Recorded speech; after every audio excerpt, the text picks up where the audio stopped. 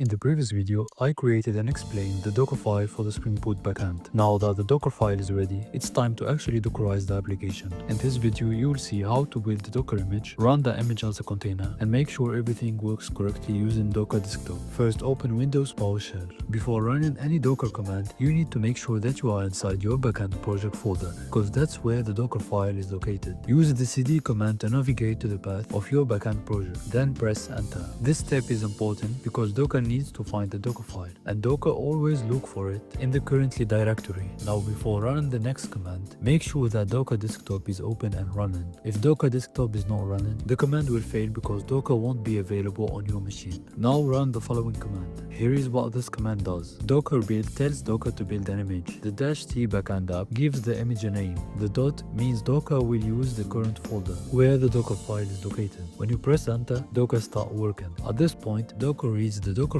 line by line. It executes each instruction written in the previous video. It downloads the required images. It builds the Spring Boot application. And finally, it creates a Docker image. This step may take a little bit, especially the first time. Once the build is finished, open Docker Desktop. Go to Images section. Here you should see a new image named Backend app. Yes, it's this one because it's 1 minute ago. This confirms that the image was created successfully. The Dockerfile worked as expected. At this point, your backend is successfully packaged into a Docker image. To run an image, Docker needs to create a container from it. Click on Run next to the image. Docker will ask you to create a new container. You will see optional settings such as ports and environment variables. For now, you can skip these options and click Run. Docker will now create a container from the image. Start the Spring Boot application inside the container. Once the container starts, you can see that the container is running successfully. The backend application is now running on your machine. Because you are using Docker Desktop, your laptop acts as a host. There is no need for a server. Docker handles everything locally. Inside the container view, Docker Desktop shows several useful sections like stats,